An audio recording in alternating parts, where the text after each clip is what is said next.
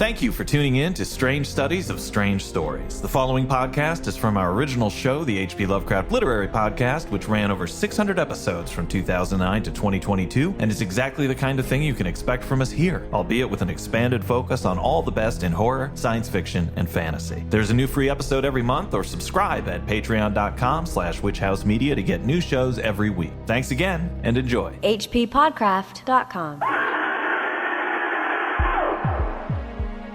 How do other wives do it? I stay busy with the Ann Arbor Grant Review programs and the seminar, saying brightly, "Oh yes, Alan is in Columbia, setting up a biological pest control program. Isn't it wonderful?" But inside, I imagine you being surrounded by 19-year-old raven-haired cooing beauties, everyone panting with social dedication and filthy rich, and 40 inches of bosom busting out of her delicate lingerie. I even figured it in centimeters. That's 101.6 centimeters of busting. Oh, darling. Do what you want, only come home safe. That is the sort of sensual introduction to the Screwfly solution by Raccoona Sheldon. Now, Raccoona Sheldon was one of the many pen names of Alice Bradley Sheldon, and we're going to talk about her and this story on the H.P. Lovecraft Literary Podcast. We're here at hppodcraft.com and Patreon. I'm Chad Pfeiffer. And I'm Chris Lackey. The Screwfly Solution is a 1977 short story. It was published in Analog. It's a bit more of a science fiction horror story than a weird tale. Yeah. It feels almost like a violent Twilight Zone episode in a way. Yeah. But we have had many listeners recommend this story to us over the years, lots of times, and I felt like time to finally tackle it. And after a couple of months of weird horror, I'm definitely down for some science fiction, but also there are obvious gender themes in this story. It's about a contagion that causes men to murder women. And socially, I feel like we're in an era where women's rights, or lack thereof, are front of mind in the news every day. So it seemed also like a good time to discuss this one. Yeah. Now, my wife, Heather Klinke, I like to put her in her place. And by that, I mean ask her politely to read for the show, because I think it's a good place for her. Yeah, and she's doing that for us today. So thank you, Heather, for being our reader. Heather, great reading as always. Now, I at first assumed that Raccoona Sheldon was a made-up name, like maybe by a raccoon pretending to be human. Who was just being a little too obvious. But as you say, it's a pseudonym for Alice B. Sheldon. What do we know about her? Alice Bradley Sheldon was awesome. She has an awesome bio, and I can talk about her all day, but I want to focus on her writing. Yeah, her life story was blowing me away as well as I was reading up on it. But we do have a lot to cover, so let's just do the quick version. Yeah, so she was born in 1915. She traveled around the world when she was growing up. She was an artist. She was in the Air Force during World War II. She was a major, one of the few female majors, an intelligence officer. Her expertise was reading aerial intelligence photographs. And you say traveled the world growing up. This wasn't like Vacation in Europe or one of our typical author bios. Her parents were these Chicago academics, and they dragged her around Central Africa. You could see photos of her as a little girl in her little dress surrounded by all these tribes people. So she had a pretty unconventional youth. She got published after the war in The New Yorker. She was a spy for the CIA, and she got her doctorate in experimental psychology in 1967. She wrote her stuff under the pen name James Tiptree Jr., as not to affect her academic career. And she was seemingly bisexual. She said, "I like some men a lot, but from the start, before I knew anything, it was always girls and women who lit me up." Although she was married a couple of times. Yes, right? She was married twice. She got into sci-fi in 1924 by reading Weird Tales, but she didn't start writing sci-fi until much later. I was glad to see it was Weird Tales that got her interested in fiction. She got that Lovecraft fever. Well, yeah, if she started reading in 24, she definitely read some Lovecraft. Oh, yeah. She picked up the name James Tiptree Jr. in 1967, which she got from a jar of marmalade, and her husband said it would be good to throw in the junior. You know, just for good measure, I guess. Well, Tiptree was the brand of marmalade. Yes. It wasn't like a jar of marmalade suggested the name for her. No. I think James Tiptree would be good.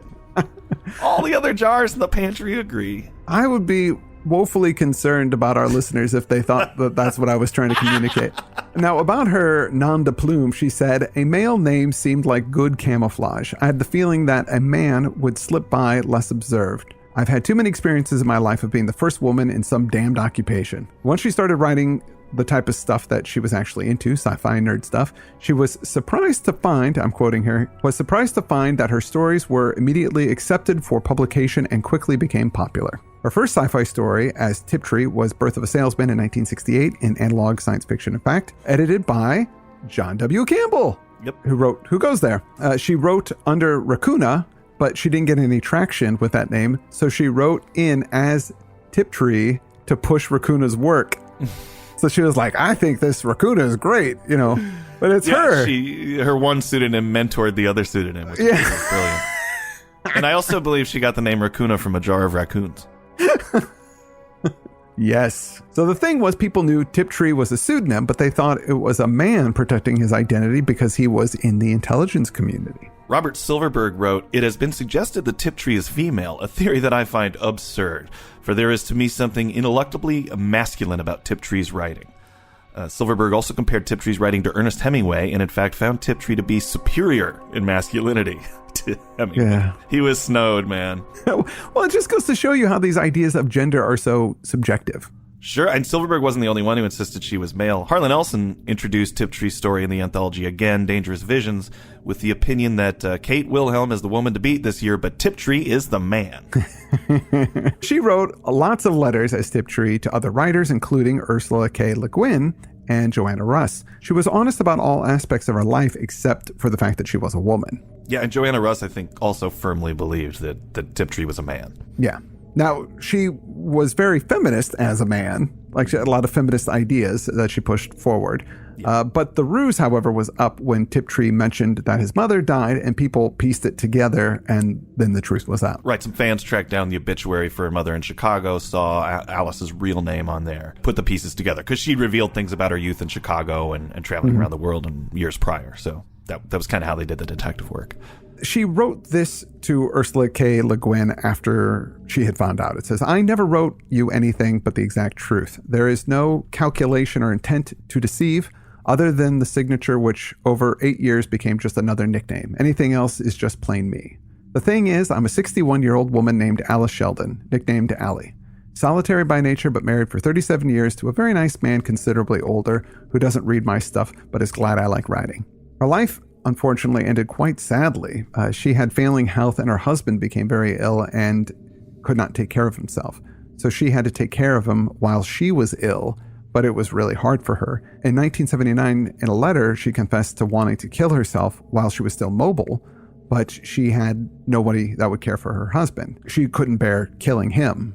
Unfortunately, in 1987, she did just that. She shot him in his sleep and then she shot herself. It's a sad intermingling of love and violence, much like this story, the Screwfly solution. I was thinking that if I were to adapt the story to a film, even though I get annoyed by this type of format, it would be really tough not to do some wraparound about her life as well, Yeah. It's just too interesting. The Screwfly solution was adapted for the Masters of Horror anthology series by screenwriter Sam Hamm, who, he wrote Tim Burton's Batman, right, and Joe Dante, who directed Gremlins. I haven't had a chance to watch it yet, but it's definitely on the list. And the title of the story is a tip to what it's about. Screwflies are nasty parasitic flies whose larvae eat living tissue. Screwworm females lay 250 to 500 eggs in the exposed flesh of warm-blooded animals, including humans, such as in wounds and the navels of newborn animals.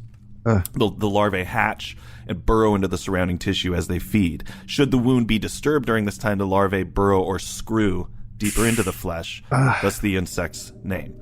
The maggots are capable of causing severe tissue damage or even death to the host. The United States officially eradicated the screwworm in 1982 using the sterile insect technique. So this would have already been known to a lot of people by the time the story came out. That's the Screwfly solution. Researchers eliminated the population of screwflies by releasing large amounts of sterilized males that would then compete with fertile males, thus reducing the native population more with each generation this is done until there's just no more babies to be born anymore.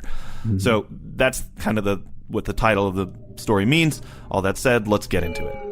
It begins with this guy, Alan, who's in Colombia, South America, doing some research. We open with him in a hot hotel room alone, and he reads that letter we heard in the opening. It's from his wife, Anne, who's back in Ann Arbor. We assume she's an academic as well, from what she says. And this is an epistolary story for the most part. Much of the content comes through letters and clippings. She misses him, and they seem to be very much in love with each other, even if she's a bit jealous. She talks about this cult, the Sons of Adam, in passing, and that the Red Cross is setting up shelters for refugees from this cult. She includes a news clipping from their mutual friend, Barney, and they all do seem to be scientists, Barney included. Yeah, that refugee camp is in Ashton, Georgia. She writes, imagine refugees in the USA. I heard 2 little girls were carried out all slashed up. Oh, Alan. So this is sort of like, the beginning of a zombie movie when you're hearing reports of things over the news, but nobody is really aware how bad it's going to get yet. So all over the world, it seems there are violent attacks that are focused on women by men. A military officer killed his wife and 3 kids because God told him to clean the place up. Barney's talked up as being a very kind, shy, around women kind of fellow, and he's also working on some kind of insecticide that will be safe for people and birds.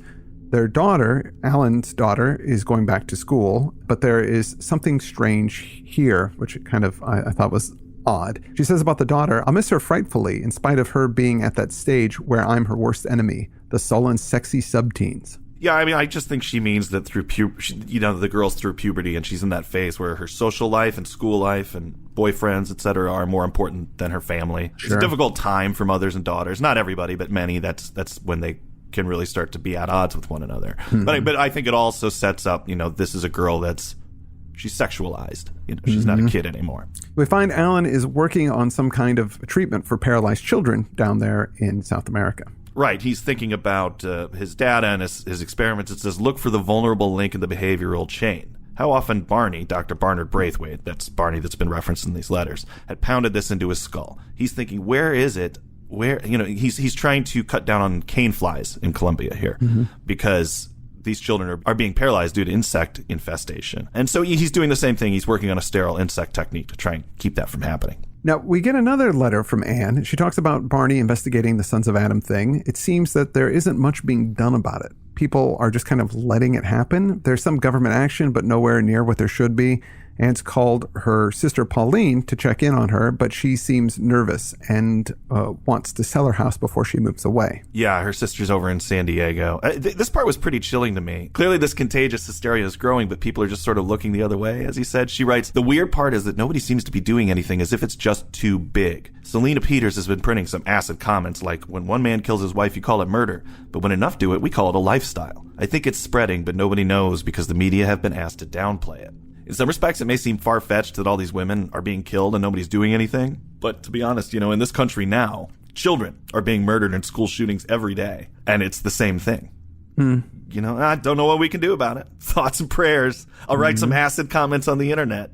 I mean, this whole section just really rang true to me. Yeah. How these massively horrible things can be happening, and yet people just kind of turn a blind eye to it. And Barney's been theorizing that it's happening across a certain latitude. He's kind of trying to piece together, where the infection's going to go next. There's another clipping included from Barney. It's an account of an army sergeant with a bunch of soldiers who was going down with some scientists and doctors to investigate what was going on with the epidemic. 2 of the scientists were women. One was Dr. Elaine Fay. They were down in Arkansas and found a town that had a big sign in front of it that said, Sons of Adam, Liberated Zone. There are no women or children around in this town, but everybody seems very relaxed, which is kind of the really disturbing thing about it. Nobody's worried. Everybody's kind of chilling and laughing. The mayor comes to see them, and when he sees a woman, he just flips out. It says he started yelling, we all had to get the hell back. So this liberated zone means that they've murdered all the women that would be that have entered this zone. They calmed him down and got him to agree to have Dr. Fay set up in the warehouse to do their testing. The sergeant stayed there with her as she looked around for any clues to what might be going on. She found a booklet called Man Listens to God by Reverend McIlhenny. The sergeant read it as Dr. Fay went to rest in another room. Now, this book talks about how man is on trial with God, and if they want a new life, they have to fulfill their duty. And the language of the sergeant shifts a bit here. He said that it's not that stupid Sunday school stuff, but it's deep. Well, it's like he's falling for it as he reads it, yeah. The mayor came in and saw that he was reading the book and was very pleased by this. The mayor then just got up and then left, closing the door behind him, and the sergeant kind of looked out the window and saw some more guys hanging out, playing some guitar, laughing. It felt very tranquil to him.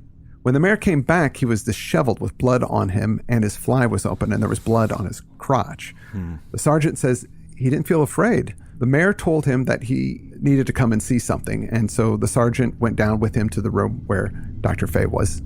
I saw Dr. Fay lying on the cot in a peaceful appearance. She was lying straight. Her clothing was to some extent different, but her legs were together. I was glad to see that. Her blouse was pulled up, and I saw there was a cut, or incision, on her abdomen. The blood was coming out there. or it had been coming out there like a mouth. It wasn't moving at this time. Also, her throat was cut open. My God, it's like it's almost an afterthought. Also, her throat was cut open. He talks about how she's lying there in her clothing. That's the stuff that he notices first, not the blood and the death. Yeah. It seems like this dude is nuts. So the mayor said to him, "I did it for you. Do you understand?" And the sergeant describes the mayor as being like a benevolent father. He says to him, "Dr. Faye was very dangerous. She was what they call a crypto female, the most dangerous kind. He had exposed her and purified the situation. He was very straightforward. I didn't feel confused at all. I knew he had done what was right." The sergeant goes on to say that the book said, "Man must purify himself and show God a clean world."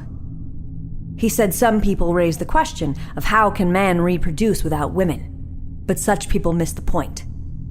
The point is that as long as man depends on the old filthy animal way, God won't help him. When man gets rid of his animal part, which is woman, this is the signal God is awaiting. Then God will reveal the new, true, clean way. Maybe angels will come, bringing new souls. Or maybe we will live forever. But it is not our place to speculate, only to obey. He said some men here had seen an angel of the Lord. We find out the sergeant told Dr. Premack that Dr. Faye had been taken care of, and he was sent away. He said he wanted to stay in the liberated zone. That whole scene was incredibly messed up, man. Yeah, it made me very uncomfortable. And it made me feel a little sick, yeah. I mean, we cover lots of horror stories, but they're so fantastical. Yeah. That there's a bit of distance behind it. Whereas the actions that are described in this are things that happen. People kill other people, and men kill women. Yeah. And there are people whose, minds can shift and do these very violent acts. Right, and it's that shift of mind where, he's not even really that upset about this horrific act of violence, where it's the mayor that goes back and commits this act of violence. Yeah. Barney's notes on the article state that this cult is a symptom of the problem, but not the cause. Right. He made a note in the margin. Man's religion and metaphysics are the voices of his glands. Schoenweiser, 1878. I don't know if that's a real philosopher or not, but the notion is right. We have biological urges that we then use art and religion and culture to justify. We come up with reasons why we're doing them. So he's trying to say this is very clearly some kind of epidemiological thing that we've got to deal with here. But, don't get snowed in by this Sons of Adam cult. They're not causing this. That's just the symptom. So Alan's work with trying to stop the cane fly, it's working out. He found a weak link in their life cycle. There are a lot of breeding males and only a few fertile females, and they could release a pheromone and release sterilized. Now, maybe it's males, and I misquoted that, but it doesn't say females in the story? Because what you described at the front was sterilized males. That was the Screwfly solution, which they are aware of. So it says actually in the text, it would be the Screwfly solution all over again with the sexes reversed. Concentrate the pheromone release, sterilized females. So it's the same thing, but it's gender swapped. Using that, in a few generations, all of them would die out. Right. So no more tormented human bodies with those stinking larvae in their nasal passages and brain. Ugh, so ghastly, the story. Yeah. We find out from another letter from Anne that she can't get a hold of her sister in San Diego. When she called, some strange man answered, in her sister's house, yelled at her, and just hung up. She's afraid of what's going on. She says that the Red Cross is finding these areas with no women and no children, even boys, and that what seems to be going on is mass femicide. And with all of this going on, Anne's attitude is still a little jolting. She talks about a friend of hers, Lillian. Lillian's on some kind of Save the Women committee. Like, we were an endangered species. Lillian. Okay. It just plays into that notion that people don't really think bad things are going to happen. Yeah. People are in denial until it's right in your face. Even though there are these aerial photos of mass graves in Lubbock, she writes, St. Louis has become completely cut off. Nobody knows what's happening there. Places are just vanishing from the news. All that, she still makes a joke. She says somebody at the UN had proposed a convention on, you won't believe this, femicide. It sounds like a deodorant spray. Yeah. She's really not treating this seriously. Maybe she's joking out of fear. It's hard to tell. It could be, yeah. But I think you really nailed something here. It's like when bad things are going on, people don't want bad things to be happening, so they will look the other way. They'll turn a blind eye to it, even though this woman is in a very critical position. I mean, she's in a lot of danger, potentially. Yeah, but right now it's all happening over there. So yes. So she also notes that a neighbor of theirs, George, came back from Georgia talking about God's will, even though he was a lifelong atheist. And she is waiting for her daughter, Amy, to return home. She also mentions that Barney's enzyme that he used on a spruce budworm. It confuses the bug and it causes it to try and mate with the female's head. And she jokes that there are going to be some pretty puzzled female spruce worms. Yeah, well, so it's yet another way to alter insect behavior in order to cause eradication, although it's introducing this concept that doesn't necessarily have to be sterilization. No. If you affect some other type of behavior in the insect, it can also keep the population down or eradicate the population. So just the fact that these spruce worms, so disgusting, they're mating with the heads of the females instead of the correct anatomical part. That's the strategy. So 2 weeks later, Alan is finally out of Colombia. He needs to be with his family. He gets stuck in Miami with a 6-hour layover, and he notices there are no attractive, sexy ladies walking around. But it's creepier than that in the writing. It says, the parade of young girls in crotch-tight pastel jeans, the flounces, boots, wild hats and hairdos, and startling expanses of newly tanned skin, the brilliant fabrics barely confining the bob of breasts and buttocks. Well, she is a masculine writer. Or at least she has an idea of what's going on behind the eyes anyway. Sure. I thought that was good description. He doesn't see any of those types of women. What he does see is groups of women in drab clothes, covered up, moving together in groups, and they are frightened. But the men all just seem very relaxed. They're all joking, having a great time. Nobody's worried about anything. And then he looks at the newspaper and he sees a strange ad. It says, the Forsyth Funeral Home regretfully announces it will no longer accept female cadavers. Oh, man. Is that because they don't want women in there, or is it because there are so many that they can no longer keep up with the demand? I think that they don't like women anymore, is my guess. He looks at the article that talks about women's corpses filling up fishing nets, some a mile long, and then he throws away the paper. He looks at some of the articles that Barney had sent him. Women's groups were protesting outside of the White House, but they got arrested. The Pope is kind of staying on the fence about all these messages from God stuff. He's not denouncing it, but he's not condoning it, but he's also not denouncing it. Sure, he'll wait 300 years and then do it. So one of these purification cults spokesmen says that the scripture defines women as merely a temporary companion and instrument of man. Women, he states, are nowhere defined as human, but merely as a transitional expedient or state. The time of transition to full humanity is at hand. This talk is so upsetting and despicable. Like, it's just terrible. Yeah, well, the statement is that women aren't really human. They're companions and instruments. That point of view, again, it's not too far-fetched to me. No. There are many current faiths that hold similar points of view, whether they're upfront about it or not. We're seeing it, in current events, that point of view. So this is going around the world. There's a report from the Emergency Committee on Femicide, which doesn't seem to take it as seriously as it should, again, saying that these men should be put in military cordons until it all just kind of blows over. Till it blows over. So Barney's report is in there as well, because I guess he's involved with these on a national, if not international level. And he states that these outbreaks seem to start in specific areas in the world, and then they spread out. Yeah, this is like a really depressing game of pandemic. Yeah. So Alan thinks about Anne and how much he loves her, even though they just got married kind of out of convenience, but they grew to have a deep, passionate romance. He thinks about her, her smell, and her feelings, and then he says he shifted in his seat to conceal his body's excitement, half mesmerized by the fantasy. Now, he's into his wife. That's cool. But then there's this bit. And Amy would be there, too. He grinned at the memory of that prepubescent little body plastered against him. She was going to be a handful, all right. His manhood understood Amy a lot better than her mother did. No cerebral phase for Amy. What is going on? What is this? Well, it's a really jarring transition because suddenly he's sexualizing his own daughter. Yeah. It was almost like I was reading Lolita suddenly. And I went over the passage a few times to make sure I wasn't reading it wrong, that it wasn't just innocent. But no, I mean, he's definitely has sexual feelings for his own daughter. But then it shifts back to his wife, and he starts thinking of kissing his wife and getting naked with her and then stabbing her. And he realizes that he actually has a knife in his hand. And his fantasy became violent, and it wasn't about sex, it was about bloodlust. And he realizes he's infected and he can't go home. And this sexualization of his daughter happened right in the transition to those kinds of thoughts. So I'm hoping it's caused by the infection, but it's... Right. I'm not sure. So he thinks maybe I can go to Barney and he can help me, but he also has to warn Anne. So he calls her and he's crying, trying to explain. She's crying, and then finally she understands what's going on, and she promises to keep away and to keep Amy away. Next up, we get a report from Glasgow University about this mania.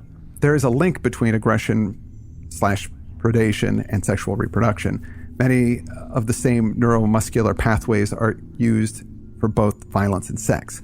Males in many species have both behaviors coexisting, talking about how cats are very violent during mating. The writer, Sheldon, she had her PhD in experimental psychology. Is she tying her research into this story? I think so, for sure, yeah. And there's definitely a link between lust and aggression in real life. It's actually exploited in the horror genre a lot. It's just more under the surface than in this story. One thing that I kept thinking about is there's this great poem by Lawrence Rayab called Attack of the Crab Monsters, which is inspired by the Roger Corman B movie. And it concludes, everyone is surprised and no one understands why each man tries to kill the thing he loves when the change comes over him. So now you know what I never found the time to say. Sweetheart, put down your flamethrower. You know I always loved you. There's a basic fear that the people we love will turn on us, or we will hurt the ones we love. And of course, there's a basic fear about what lust will drive people to do. Puts them out of their minds in all sorts of ways. The report goes on to say that there is some mental switch that gets flipped in men's heads, but not in women, and some kind of contagion or infection that might be affecting this behavior. There are already many male murderers whose brains already work in this way. It's different, but this reminds me of cute aggression. Have we talked about that before on the show? I don't know if we talked about it on the show before, but it made me think of cute aggression as well, but just because I'd read about it recently. Right, yeah. It's like when you see a puppy or a baby or something that's cute and you just want to eat it.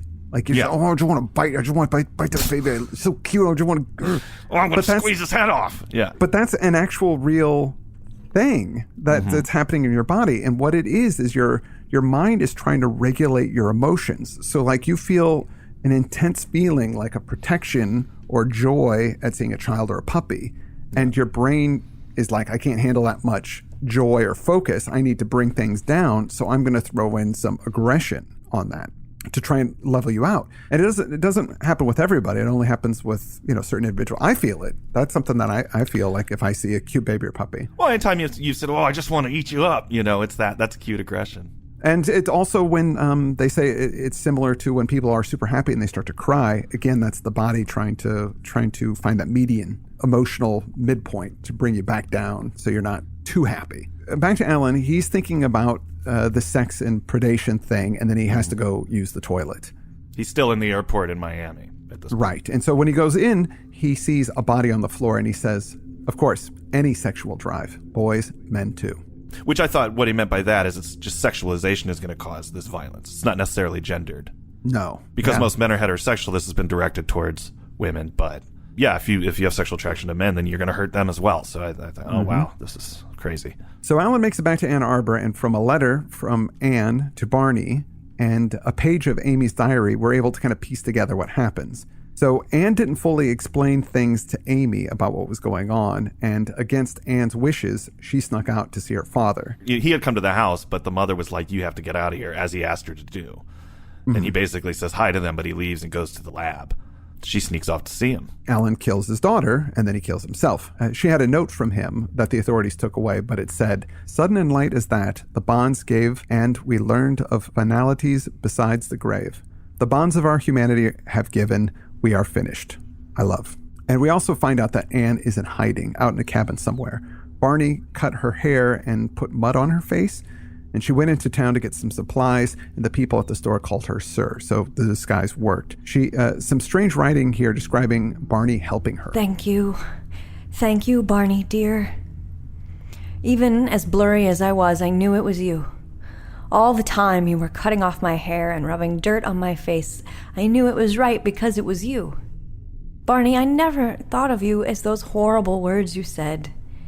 You were always dear Barney. By the time the stuff wore off, I had done everything you said. The gas, the groceries. Now I'm here in your cabin. With those clothes you made me put on, I guess I do look like a boy. The gas man called me Mister. What was going on with Barney there? I mean, he's clearly, you got to dress like a boy if you want to get out of here.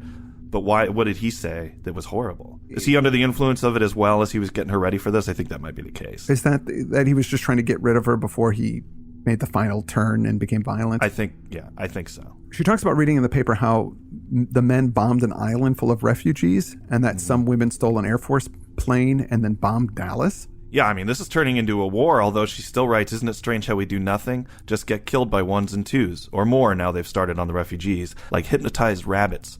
We are a toothless race. She says, do you know I never said we, meaning women, before? We always meant me and Alan and Amy, of course. Being killed selectively encourages group identification. You see how sane-headed I am. That's an interesting passage. Some time seems to pass, and she says that she thinks that the man at the store suspects she's a woman. Yeah, it's like he's calling her boy to let her know he's figured it out. It's almost a warning. She says the men and the boys all act like everything's fine and normal. One of them talked about seeing an angel. More time passes, and she needs to go into town for some fish hooks, and she notices the town is now liberated and the men are more aggressive, and there are no more boys around. The old man gives her the hooks, and he whispers to her, boy, them woods will be full of hunters next week. Right. It's a message, so no more going into town.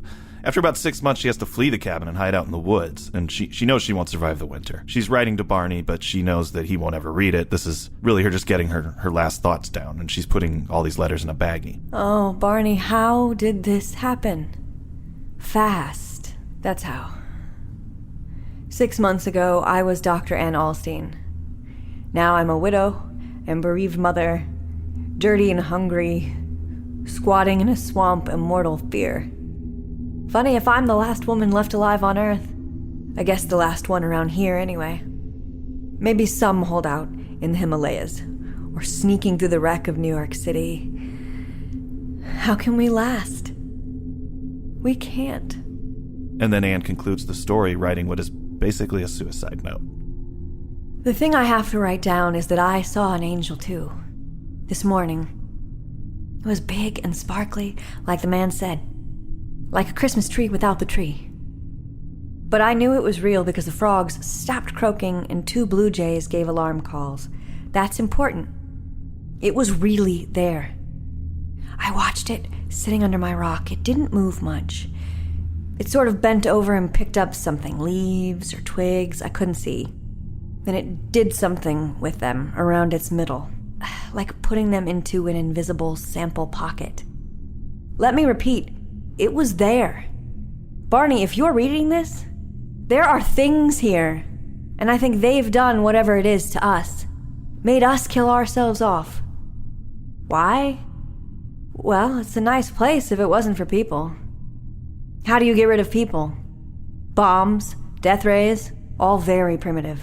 Leave a big mess, destroy everything. Craters, radioactivity, ruin the place.